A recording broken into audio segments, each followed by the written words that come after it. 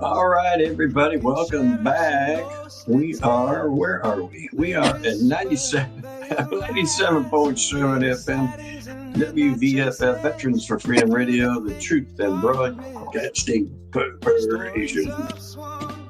I don't know. I like saying that. It just, You, 97.7 FM. Huh? no, it's cute. It's a shtick. I like it.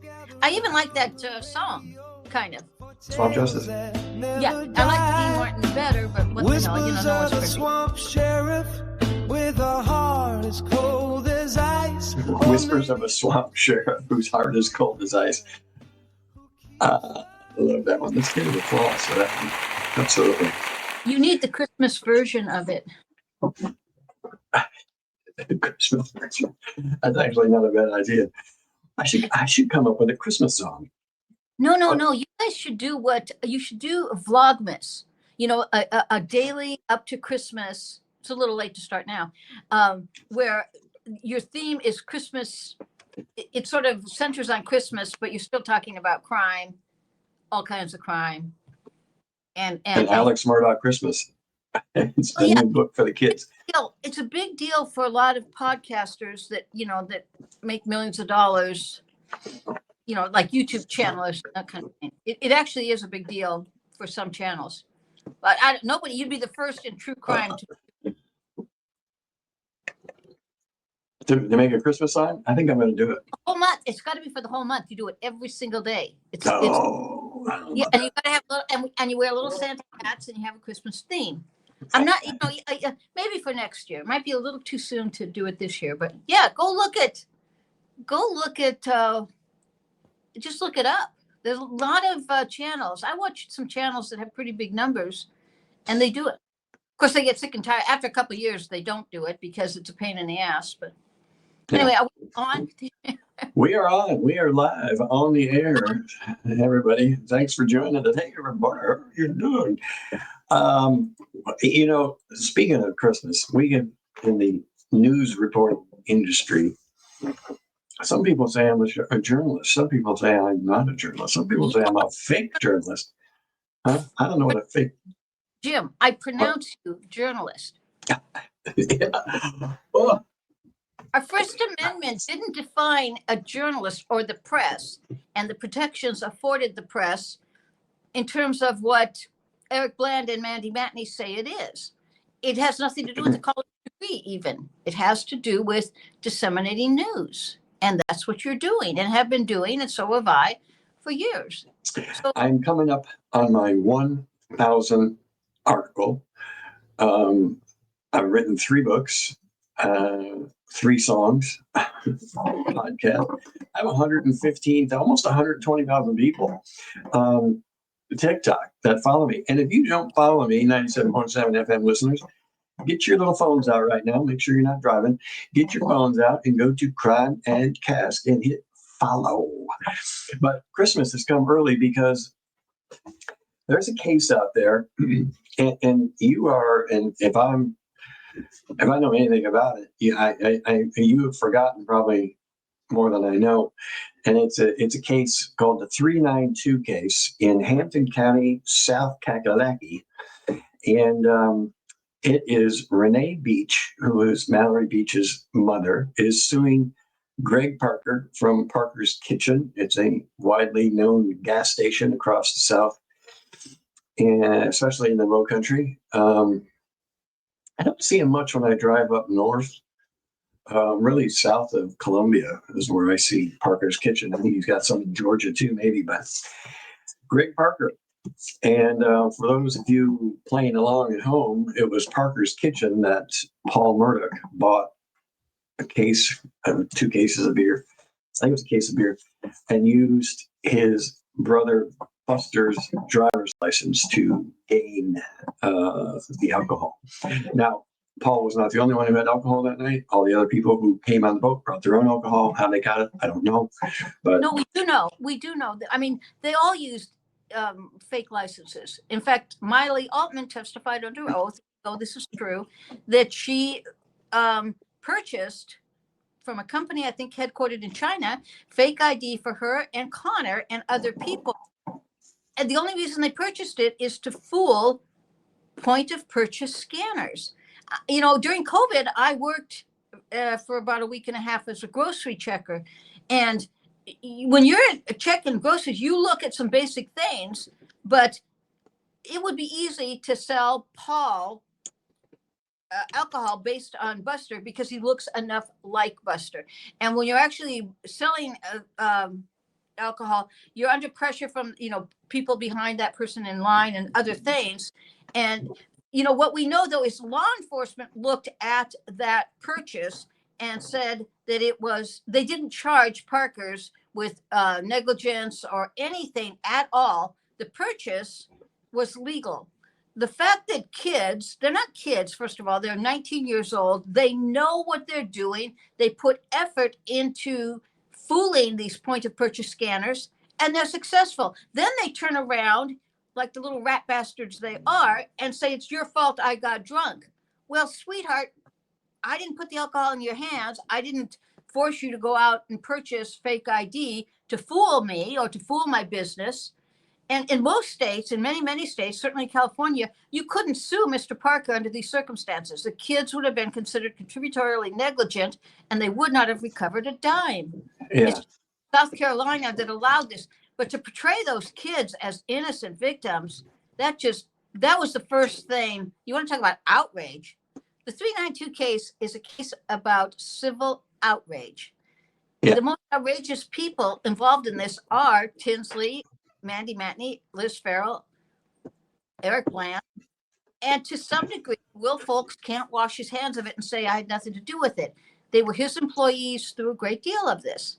And granted, they took what they were doing and it exploded.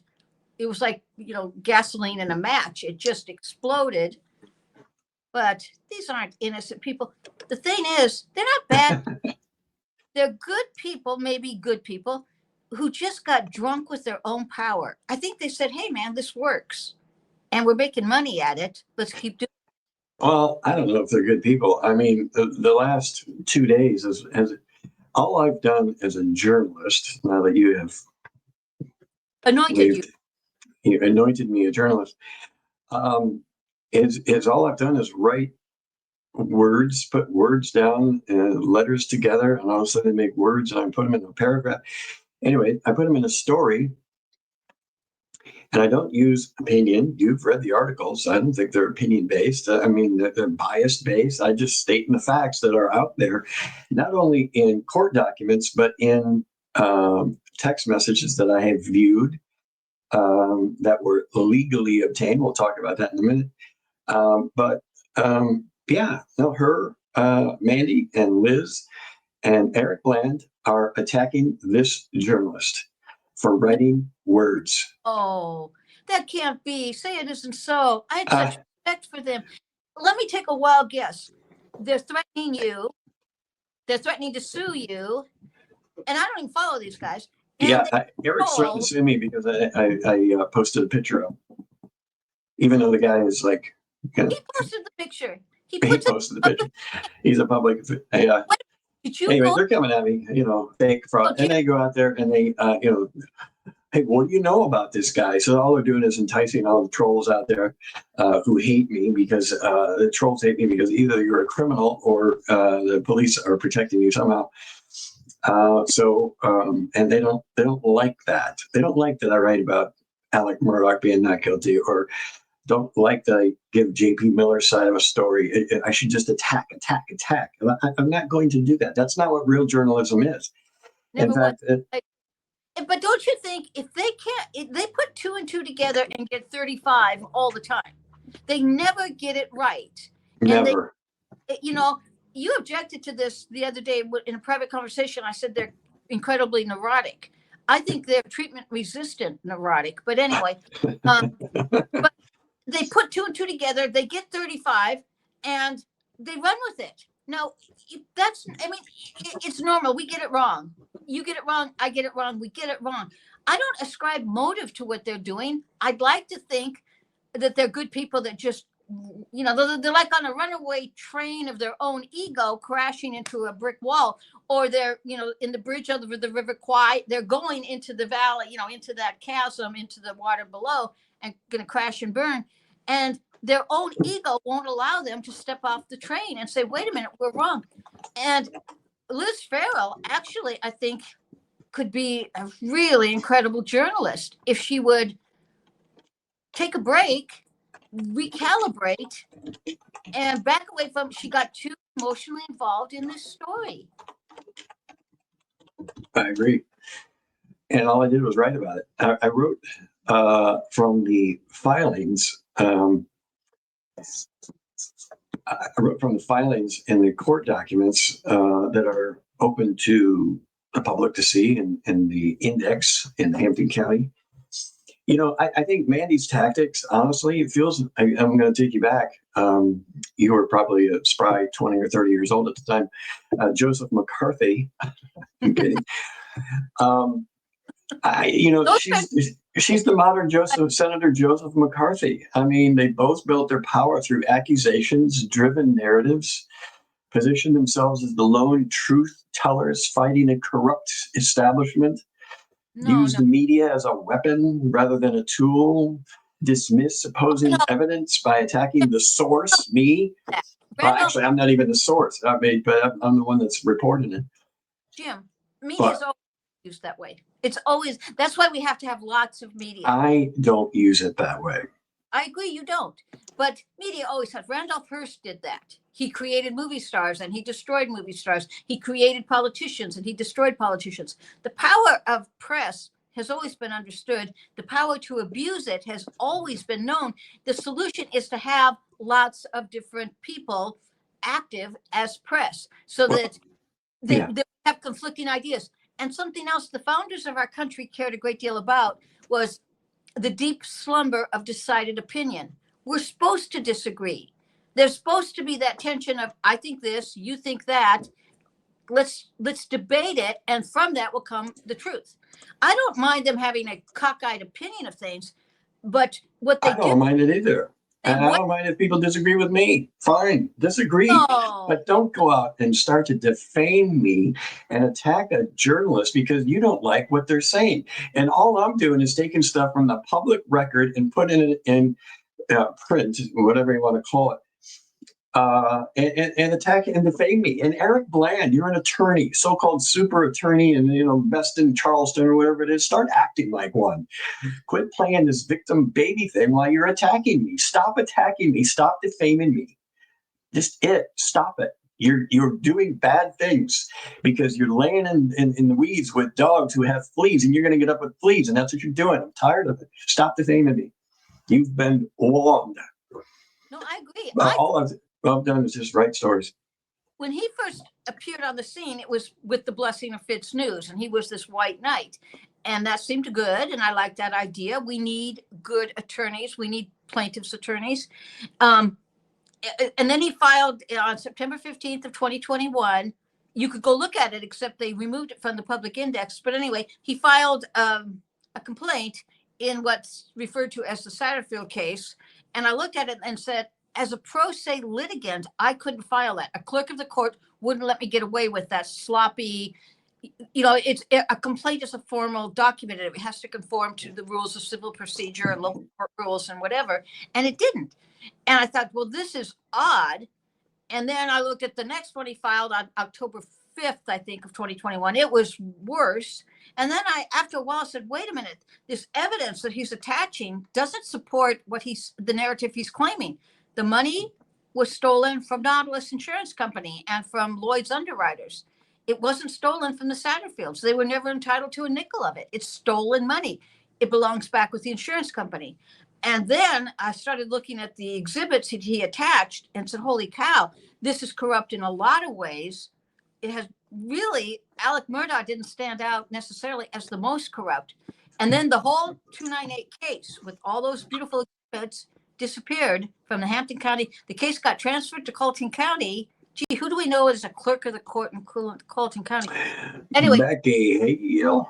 And then it just disappeared from the public index, period. So I think when you got to pick a side. If you're going to be open and transparent and a champion for justice, then you can't be pulling sneaky tricks behind the scenes, and you can't be threatening to sue everybody you disagree with.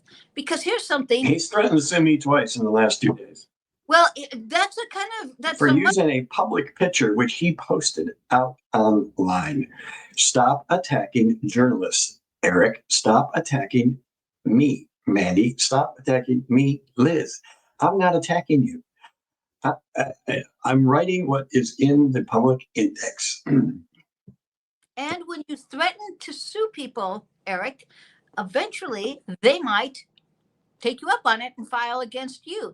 And here's the thing, Eric, with AI right now, that's a whole lot easier to do than it ever was. So, Eric isn't a young kid anymore either. And he's gotten away with doing that. I think Mark Tinsley has too. But that game has shifted dramatically. So you threaten to sue somebody and you're likely to find yourself at the other end of a lawsuit too. We don't sit back passively, but here's the deal. We have the free time to do it. You're going to be, whatever he charges, $750 an hour or whatever it is, he's going to be having to take his time to defend in litigation. And he has provoked enough people that there could be a lot of litigation against him that could tie him up in court too. So when you want to play that game of weaponizing your access to the judicial system, I'm going to call the game on account of AI and say it's a different playing field, and we'll come back at you. We understand the laws of this country. They're not for attorneys to threaten us. They're for all of us to have access to the laws of this country. Well, apparently it's worked in the past, and they're doing it again, but we'll see. Stop. Don't just stop.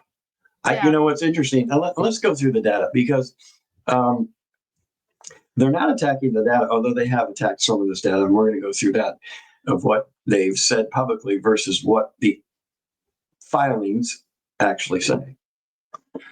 Shall we? Yes. All right, let's get a screen.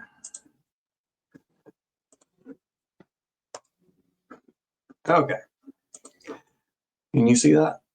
That's probably better than what you've seen. Expand it, Jim. I can't expand it enough to see it, to read it. So read it to me like I'm an idiot, because why not? Well, on their podcast the other day, they had one today where they defamed me again, but lied and defamed. Today on the podcast, it was just the other day on the 2nd, I believe, they held insisted publicly that a series of leaked text messages, internal discussions, and behind-the-scenes communications were stolen, hacked, or illegally obtained. Whoops. And routinely dismissed documented evidence presented in court and sworn depositions as troll narratives and Parker propaganda. Whoops. Okay. When did a gas station owner turn into Parker propaganda? That they threw that, they really had a hard on for him, which was one of the others that was a glaring red light that FitzNews is publishing all these hit pieces on Parker, and it didn't take 2 seconds to say there's no objectivity in this at all. And then pretty soon, actually, there was an October 2021 bond hearing for Alec Murdaugh, where Eric Bland stands up and he's addressing the court, Newman, my good buddy Newman. And hello, Newman.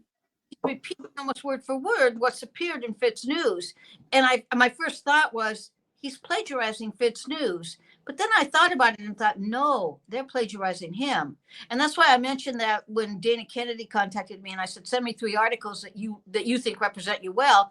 And so she did, and I read them, and she called me back and I said, you've been talking to Mark Tinsley. And she laughed and said, how do you know? I said, this is his narrative. So if I could figure that out, and I'm just little Elaine, my own business, and I actually believed these I believed Mandy, and nothing matter than you're presenting this facade that you're the champion of the little people and you're the warrior for justice, and it turns out, no, you're not. You're the warrior of justice. I'm the one sticking up for the little guy. They're the ones attacking me. Anyway, let's get into the stolen text thing, because that's the number one thing they talked about. These are stolen texts. Wow. Well, first of all, they don't know what's on these texts. I haven't even seen all these. I am not in possession of these, but as I understand it, there's almost 5,000. 5,000.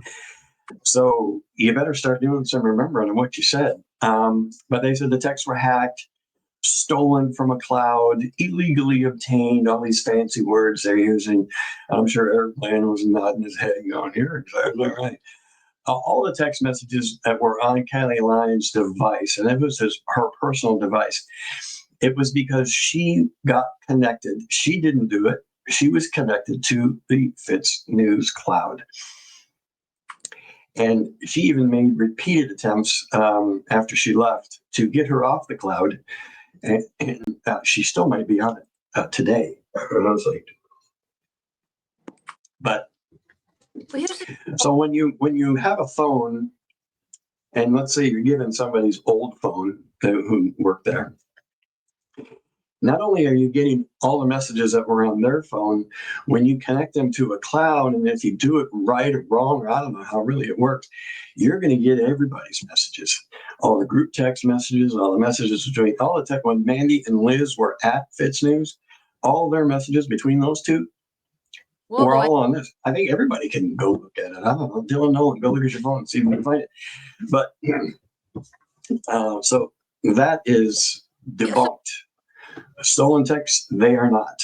Right, and you can't accuse somebody of a crime. There's defamation, but there's defamation per se, where when you falsely accuse somebody of committing a crime, that's actionable immediately. You don't have to prove malice. For example, you're a public figure, so you would have to prove malice, unless it's defamation per se, in which case, ta-da, good for you.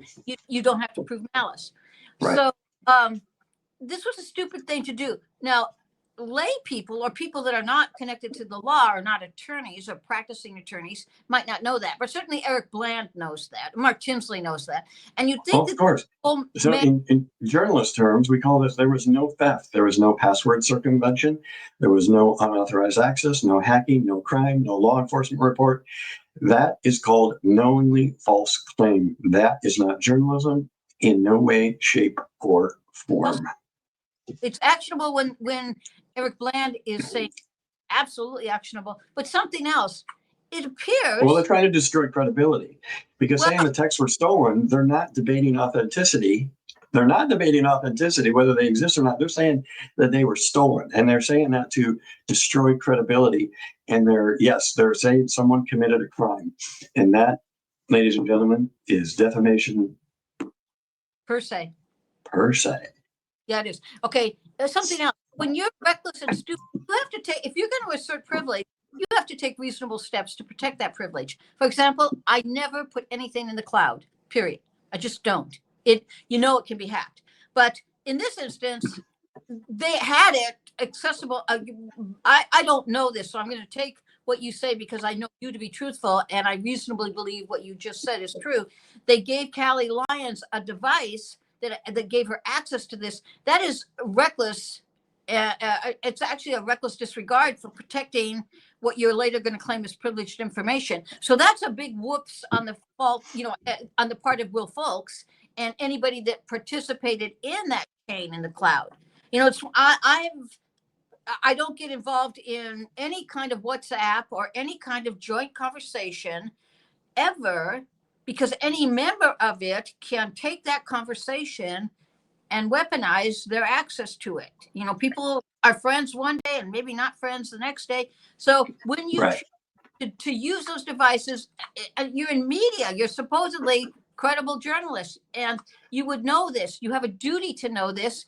And so they were reckless in allowing the mere fact that it was, according to them, leaked at all, is a reflection of their own reckless disregard for protecting that information. But you did not steal it. It is not stolen. It's like leaving your journal on a city bus unlocked for anybody to read. Yeah, I mean, under South Carolina law and federal law, employers may reassign company devices.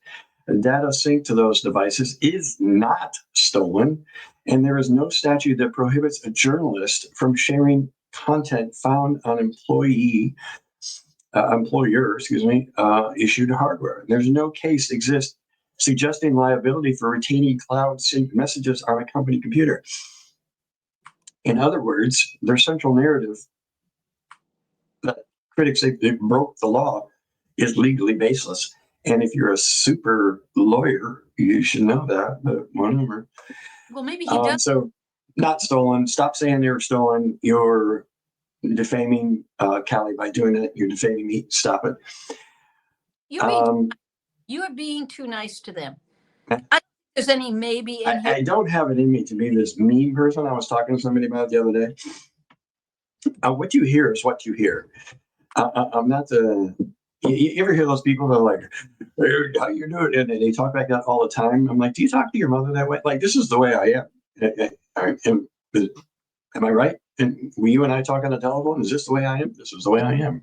It is identically the way you are. Yes, you are a very genuine person. Also, you care a great deal about getting the facts. In fact, when I look at, because I read through all of what was filed up through November 25th, 2025 in this 392 case, because I love reading it. It's always been interesting to me. But what I found is that there was a distinct disunity between what these people were saying they were in public and what they were actually doing behind the scenes. And they went after not only me, they wanted to fillet me, have Mark Tinsley threatened to sue me over content I made. I want to be real clear. They said she's made a 5-part series about Parker. And they were going to get Mark Tinsley to threaten to sue me. Instead, well, now they're getting Eric Bland to threaten to sue me, and he's doing it publicly. Well, the thing that's wrong with that is, everything. The First Amendment? I want to try reading it. More than that, if you were presenting yourself in public as rat bastards that use every sleazy trick in the world to get what you want, and I think all of this was designed to create a huge windfall for Mark Tinsley in these civil litigations he was involved with. But if you just said that honestly, at least the public would know who you were. But instead, they're Joan of Arc or Jones of Arc in public, but in private, they're manipulative, nasty people. And it wasn't just me. They saw some. Alec Murdaugh mentioned getting a letter or a card from this woman. I happen to know that woman in jail, and they assumed that she's this evil troll. They ascribe characteristics to this really lovely woman that are totally fabricated. They go after another very successful podcaster. They're going to paint her as a racist. They're saying she has a relationship with John Marvin. They're just going at how can they defame her? How can they attack her? And they're relentless. Well, listen, I'm not the first person they defamed or attacked. So no, they're not. This conversation is made. It's funny. You and I were talking before we went on air. I didn't have any tickle in my throat. Now I do. Yeah. Well, let's go on to the next one. The coordination, as you mentioned, with Mark Tinsley. In their private messages, Farrell repeatedly states, Mark told me, I knew because Netflix told me, and this is the funny one, Mike Gaspacho, they call him Gaspacho, after the soup. It's not his name. But he worked for Sid Mark, who worked for Netflix. And one of the people who agreed to do a jury a walkout, she was family friends with Greg Parker. That's what they said. I wasn't allowed to tell anyone about the case. What do you think these show? Coordinated PR attacks? Yeah. I can't say some of these because there's the F-bomb when we're on the radio, but every effing time. Can't wait to publish the pic, two of them chit-chatting. That's trying to discredit someone. I'm gonna sleep good. I'm gonna sleep so good the day we expose her ass. I mean, these are their texts. These are their words. Talking about they're not even good at it. It really pulls back the curtain on who they were, who they are. And, right. In private, we have the right to be that.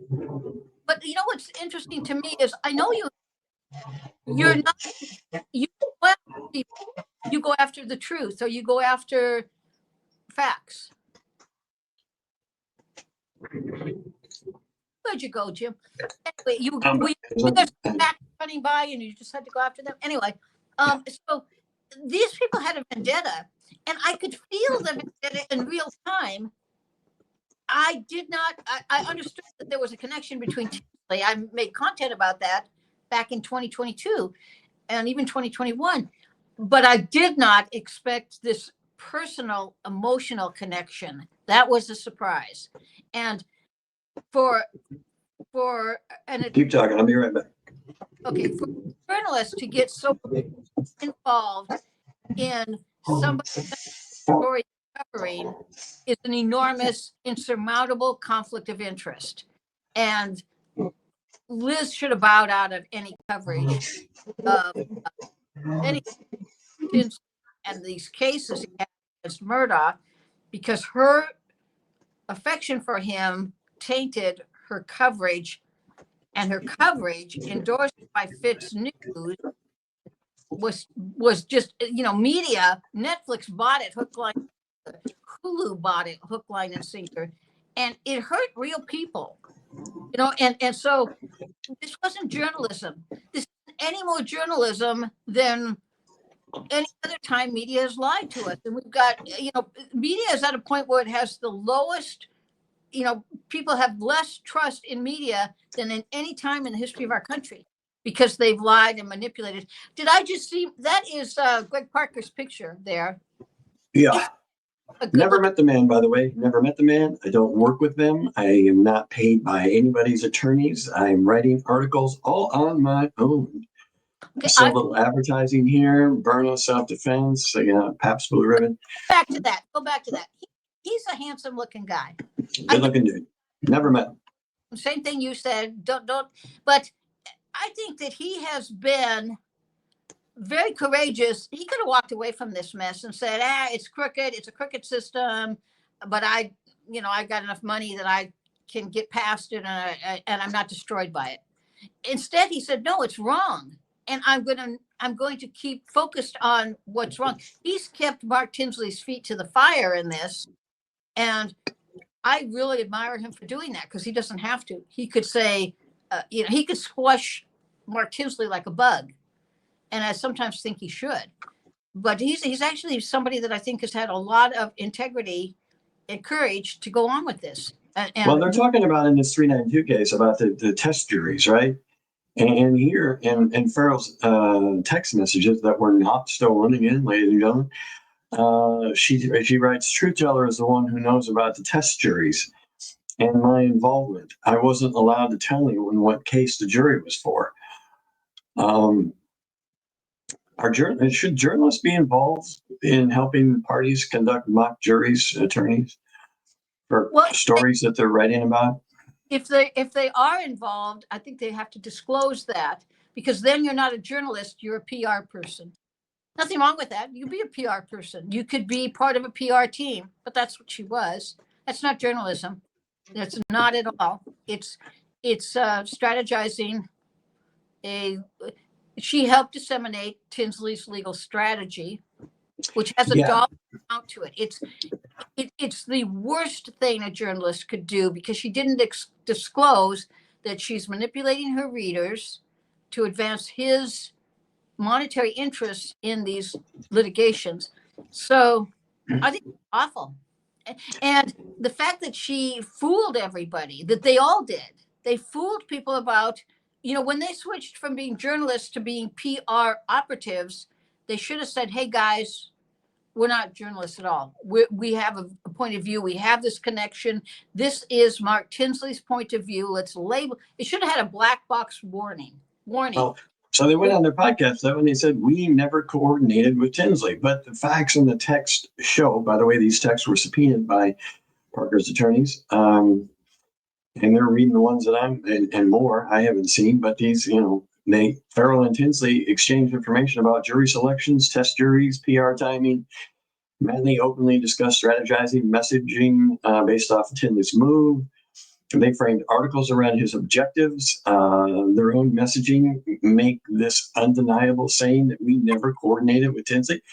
It's just plain wrong. And that is coming from them. I'm not saying that. They're saying that. Mandy and Liz are saying that in text to each other Worse. And so who are you going to, which Mandy and Liz are you going to believe? The ones that go out in public and tell you, we didn't do this, or the ones that did it in private and said, we're doing this? I mean, come on, people, have a brain. Your texts are not statements made under oath, under penalty of perjury. No, they're not. But Testimony in the deposition where she said, because the opposing counsel who's questioning her says, are you telling me under oath that you would repeat verbatim, publish verbatim what he told you? And she says, yes. And I'm not putting quotes around that but you can go back and look. It's in the court record and it's in the filings that the defense filed on November 25th of 2025. So Liz's own testimony under oath, under penalty of perjury, is that she repeated verbatim Tinsley's point of view. So how in the world can she deny it now? It's just ridiculous. I mean, the texts are damning. The texts reveal the motivation, and they reveal who these people really are, which I think is extremely unsavory. But the statements made under oath are actionable. This was not journalism. This was PR, and right. That's Liz saying that under oath, under penalty of perjury. Here's another claim. They leaked our text maliciously. That's what they said on their podcast. They leaked our text maliciously. So they're not saying that they're not their text. They're agreeing that they are the text. But for those playing along at home, Callie Lyons was issued a subpoena by the court. When you get a subpoena from the court, Elaine, should you ignore it? Not in my world. Apparently, you're a politician up in Washington, D.C. You can do whatever you want. But no, you have to respond to a subpoena lawfully issued by the court. She had to respond. And here's the deal. What they don't like, see, it's not malice. If somebody does something that is so totally unethical that it makes them look really, really bad when you expose what they did, they exposed themselves. Liz Farrell exposed herself in her deposition, in her statements made under oath. She exposed herself. You reporting on that's not malice. Accurately reporting what she said under oath is not malice. Her right. saying that and engaging in it, so it seems that there's a disconnect. She's sort of aware that what she did is really wrong, and it reflects very badly on her. That seems to be her assessment. Well, they do go into the victim card. They pull the victim card. But here's the thing, ladies and gentlemen, for those of you playing along at home, you can't play the victim when in private you're using demeaning language, coordinated harassment, smear campaigns, manipulation of jury-related information, and coordination with litigants. You're not the victim. You're driving. You're driving it. You're driving the bus that's running over people. And thousands of texts. Oh my God, the names these women call other women and demean the women and laugh at them and laugh at people and laugh at their family members who have died and calling them names like Satan and the C word and the F bomb is unbelievable. Like they talk about how they stand up for women. Ladies and gentlemen, I'm here to tell you these text messages, they want to tear women down. Oh my God. They want to tear, not all women, the women they don't like and who appear to be in their way or who appear to say things that are not aligning with whatever they're trying to throw a script out there for whatever attorney is given them their storyline. Let me just tell you, they tear women down, and these texts are going to come out. And it'll prove it, everything. And they know it's in those texts. That's why they're coming after me. But listen, they're your words, not mine. So. And they reflect, this is a tension. I'm a woman, by the way, in case you didn't notice. And well, they came after you too. No, I don't. Of course they did. Yeah, they did. They were just nasty. But women do this to each other. It's like all victims need to be believed unless it's favorable to Donald Trump. Then we'll ignore it completely. Like if you mention that you were raped by Bill Clinton, oh, no, we're not talking about that. But if it's something that, if you allege that kind of conduct against Trump, we can make a huge deal out of it because we can actually monetize it and solicit campaign donations based on that. So women have a real sketchy record of supporting. They don't stick with the facts. They look at how the facts work towards some agenda. And that's exactly what Liz and Mandy are doing, in my estimation. They're taking a point of view, and I don't doubt, at least in the beginning, that they thought that they were on the right track. And you can sort of see where it morphed into sheer illusion. They went from, we think these people are engaged in this behavior, to, oh my gosh, they are engaged, to now they saw it everywhere. They really went too far. And I think that if you go back to when Liz Farrell was at the Island Packet, she may have been a good reporter. I think she's actually a bright woman, a capable investigator. I wish she would get back on track. And that might, the next book, I've said this for a long time. The story here is the 392 case. It's going to expose everything. It's not Valerie Barline's book. It's not what Nancy Grace said. It's not what anybody said. They never did the work to even, to understand what you now know is true about the entire narrative. But the story here is how that narrative gain traction and go. And it's all there in the 392 case. And I've said that for years. And I think before somebody else writes the book, Liz should write the book herself. This is where I got off track. Well, your buddy Eric Bland popped in and was defending his friend Mark Tinsley, which is fine. But he comes up in his statements that he said was, and these are in quotes, he doesn't crave the press, referring to Tinsley. He's not a publicity hound. He toils in anonymity. He's uncomfortable in front of the camera. Well, okay. You can say all those things and you can have that as your opinion, but you got to go back to the facts. And, here come those pesky facts again.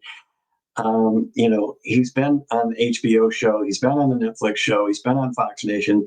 He's done the ABC, the 2020, the CNN, the Dateline, the local TV stations, countless YouTube stuff. And he was just at CrimeCon. I think I have a picture. There he is.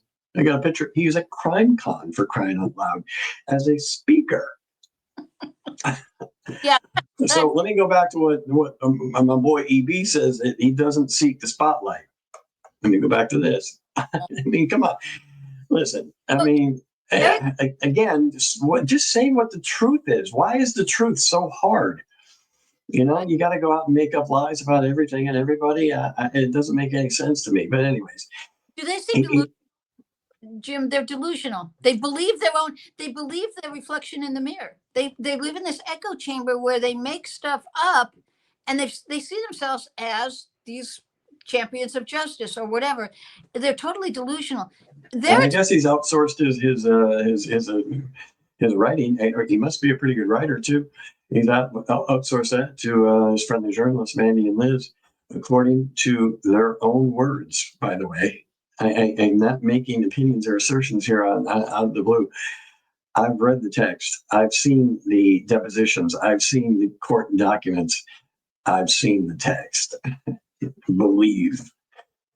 And you all will too. This is no news that he leaked to journalists repeatedly, according to their text. The thing though, Jim, this is a lot of egg in the face of Alan Wilson. I said this, and it's true. There's your buddy. He should never have allowed Mark Tinsley or Eric Bland anywhere near the prosecution of Alec Murdaugh. And it just, even if he didn't know what we now know, and he may not have, it's just bad form given that there was that pending civil litigation. To have Eric Bland, the civil attorney, is giving Creighton Waters advice in a criminal double murder charge. Interesting. There's a picture of your buddy right there. That's one of the public filings that he wants to sue me over. He put that on X. When you put it on X, you really are aware that it's out there in the public. It's in the public domain. So what is he? That nobody don't you do that for a reaction? And are you so naive that you think every reaction is going to be, we just love you, Eric Bland? He wants to. Yeah. Well, if he reads his from his followers, yeah, they'll love him. Well, he blocked me. No, which is fine. No, he's blocked me. For example, he blocks anybody that has a negative opinion of him. That right there tells you, okay, I kind of understand it, because you don't want to have social media be a battleground, so it's fine. I never followed him. Once I thought that he was a buffoon, I don't have any respect for the guy at all. I think that I've seen him referred to as the bland man. I don't think even Liz and Mandy had a lot of respect for him. At least that's not what came across. Anyway, to me. No, Eric, and I've seen those texts too. They laugh at you and make fun of you. So believe what you want to. Believe which Mandy and Liz do you want to believe? The ones that tell you they don't, or the ones that when they're in private in their text that just blast you? They blast everybody. You're no different. I think the records speak for itself, and this is the record. Again, this is not me. This is not my opinion. I'm looking at sworn depositions, subpoenas, the legal filings, their internal communications, texts received on the company devices, their own timelines, and then their contradictions. Everything falls apart. So everything they said in their podcast that we're talking about today is wrong. It is completely wrong. They're making it up to be a smear campaign, a discredit campaign, so that if anybody listens to me or reads a story, they're going to go, oh, well, Mandy said, don't listen to that guy. And what is that called when they do that? Well, it depends. It could be called a lot of things. It could be called a successful strategy, but it's based on defamatory content. But here's the deal. That's why personalities, we should not focus so heavily on personalities, and we should train ourselves to look at the facts. And you have a lot of support. I've seen you on, I know X isn't your thing, actually. So, and TikTok isn't my thing, so we don't intersect that way. But I'm sure that you've got lots of people supporting you. I'm happy to do that anytime, all day, every day. This is wrong. What they did is a matter of fact in this instance, because we have these court documents that it's their words that we're commenting on. But we're not saying as people that they're bad people. They're coming at you in a very personal way that I find really objectionable. Because if it happens to me, and if it happens to you, it can happen to anybody. We all should say, hey. It can happen to anybody. I mean, she did it to some 81-year-old lady the other day, and she justified it because she shouldn't be coming on my page. Well, whatever. Okay, don't sit there and tell me that you're an advocate for women when all you do is tear them down. And you'll see in the text messages, there's thousands of them. Oh, It's yeah. incredible. It's incredible. I would never, ever talk like that. And they do this. But even in private. I may be mad at somebody, but No, the names. They psychopathologize. If you say something that's critical of them, that makes you bipolar or whatever. It's such a leap. It's like, no, Mandy, you actually did this thing. And your assessment that I'm bipolar, you're not a medical professional. I don't even care if you are. It's not relevant. It's the thing that you did that we're talking about here. Hello. And not your assessment. Because, I mean, that let's throw mud at each other is a forum. I don't even know where that would be, but I'm not participating. I'm not picking up the end of the rope on that game of tug of war. I could. I can be just as whatever. But that's not appropriate. And it certainly isn't appropriate if we're talking about issues. And what they were supposed to be covering was objective, unbiased news related to the death of Stephen Smith, the total massive insurance fraud related to Gloria Satterfield, to the deaths of Paul and Maggie, and to what happened when these drunk kids got in a boat without life jackets. Then they got off the boat, by the way. They were off the boat for 5 hours. They drank a whole bunch more. Whatever they bought at Parker's, we don't know what they drank at the oyster bar, that oyster roast, that they went to. And then adults there, relatives of them said, don't get back on the boat. You're too drunk. Take an Uber home. And they said, screw you. We're going to do it anyway. They get back on the boat. They're drunk, all of them. None of them are wearing life jackets. They get over to Beaufort, they get off the boat. Paul and Connor get more drunk, and we don't know whether the girls were drinking too, because they had access to liquor on the boat or alcohol on the boat from the boat. Then they're on dry land in Beaufort, dry land. They could have taken an Uber home. They could have laid down on the grass and slept it off. They could have done a lot of things. Instead, they all get back on the boat. And then they go boating, and guess what? Bad things happen because alcohol, no, nighttime, no running lights, and no life jackets leads to bad things. Then they all start lying. And this idea that we didn't know who was driving the boat was their testimony. That was the statements to police the night of the boat crash, and then their testimony was we weren't sure. And now they're sure it was Paul because Paul's dead, and he can't say no, it wasn't. Yeah, and you can defame a dead guy. So in her motion, in Mandy's motion to quash, again quoting from court documents. No, that makes that affidavit she provided for that. Yeah, it was undue burden, lost income, and privilege protections. That her and her husband operate a multi-high output media brands requiring extensive weekly production, and that time diverted to a deposition would have a negative financial effect on the house. I'm pretty sure that most people who get deposed have to take off work of some kind. But so she's very worried about the financial effect of it. However, in this post that she just did, I think this week or last week, she's got a little smirk smile there and says, "Corrupt lawyers coming after me need to understand I am not motivated by money." Hold on. Let me go back and read this. Make sure I got it right.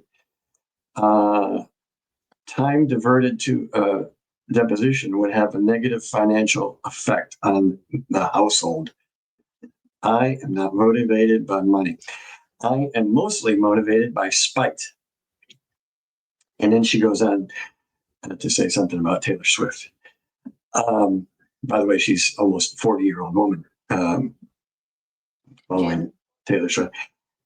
Anyway, so accusing Parker's of silencing campaign. Parker's is out of control. They're funding the silencing campaign to attack journalists. I'll say who's attacking journalists is her, and she's attacking me, in my opinion. It's freaking shameful. She says, yes, Mandy, Mandy, I agree with you. To attack a journalist is freaking shameful. Even one that you don't think is a journalist. I was just anointed to be a journalist. Yes, you are. So dumb. Matney to decide who is or isn't a journalist. She's not imbued with some magical power to do that.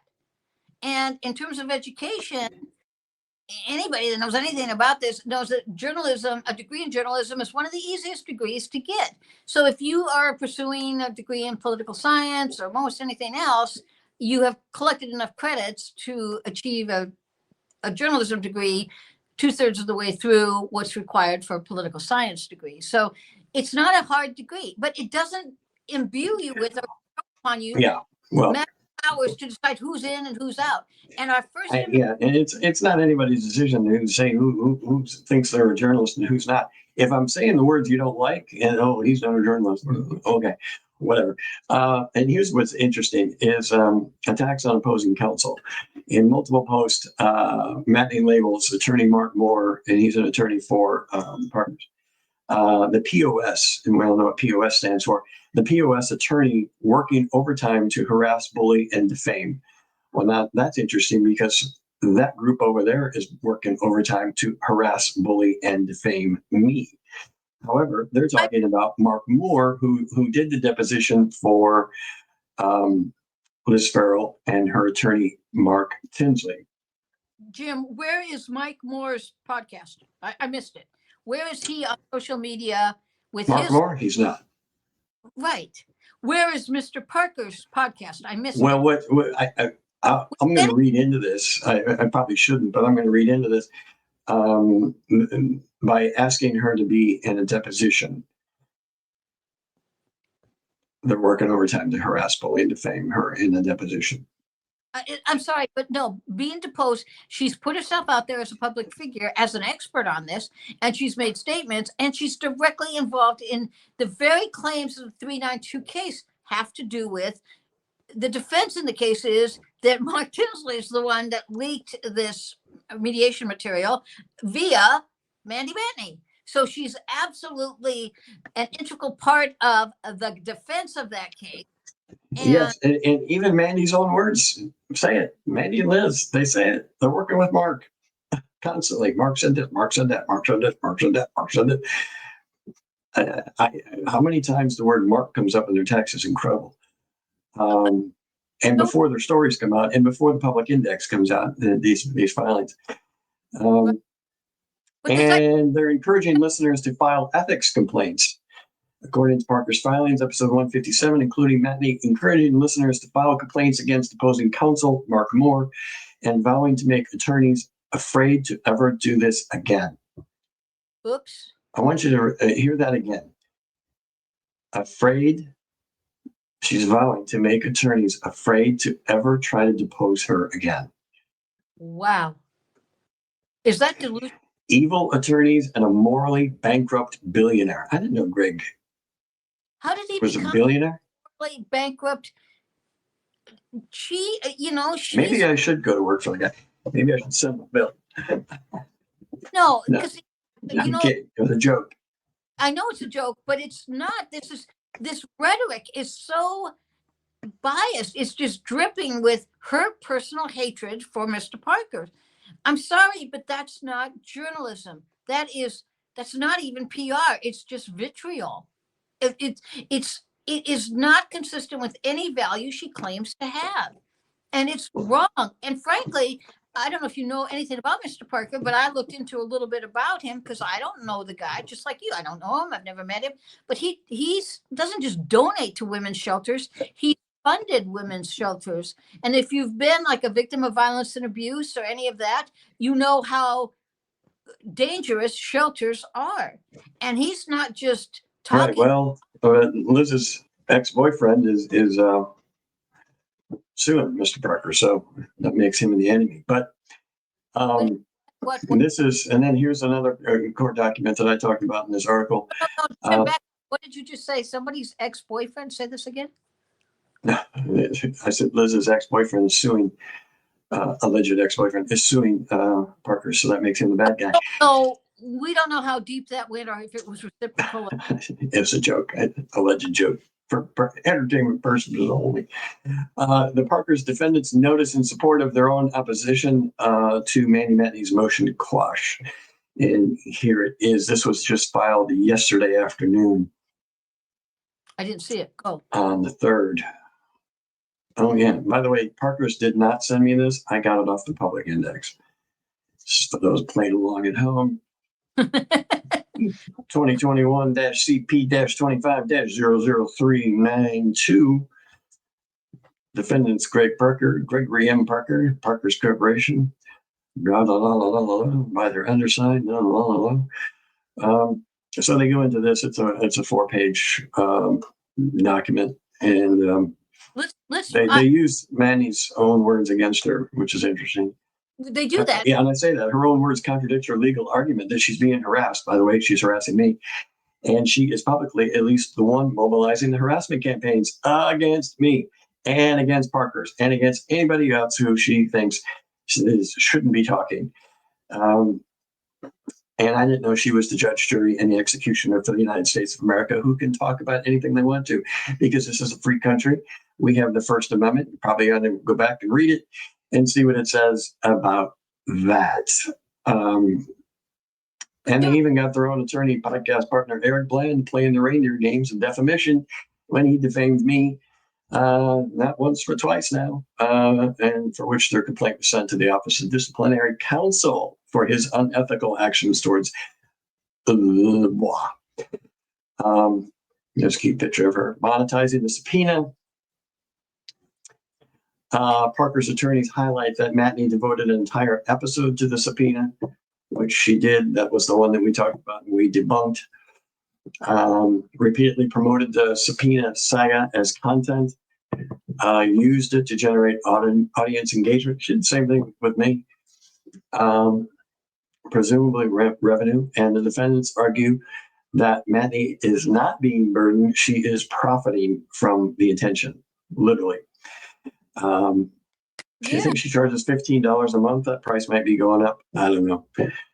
To be part of their little Discord where they go and they really defame people. But it's a crumbling narrative. And the thrust of Parker's argument is pretty simple.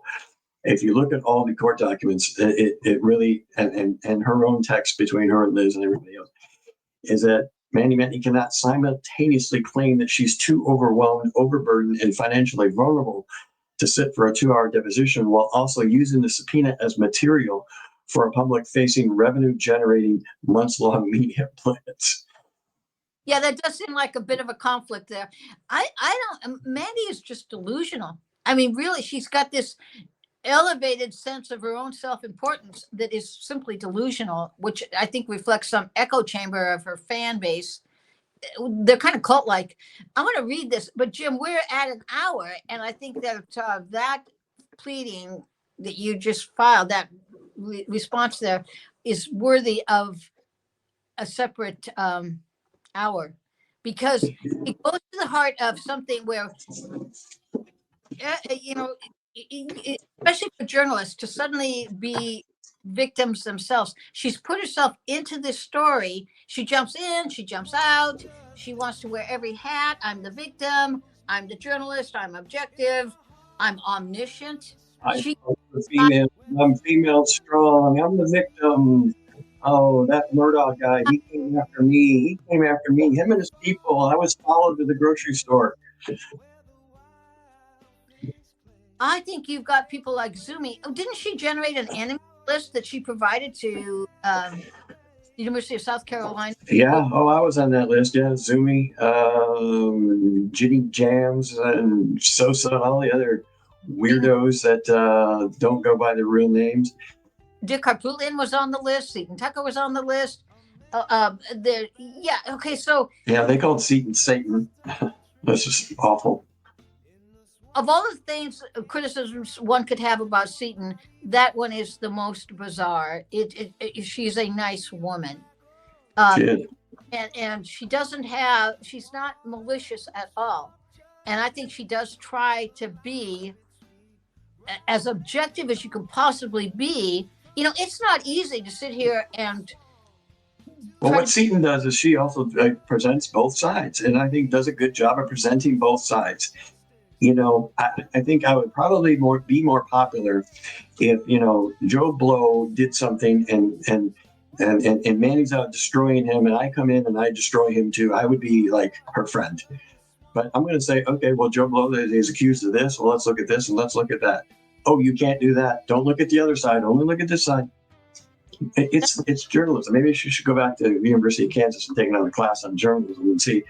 Because she said that journalists are all biased and they should report bias. I'm like, that's not true.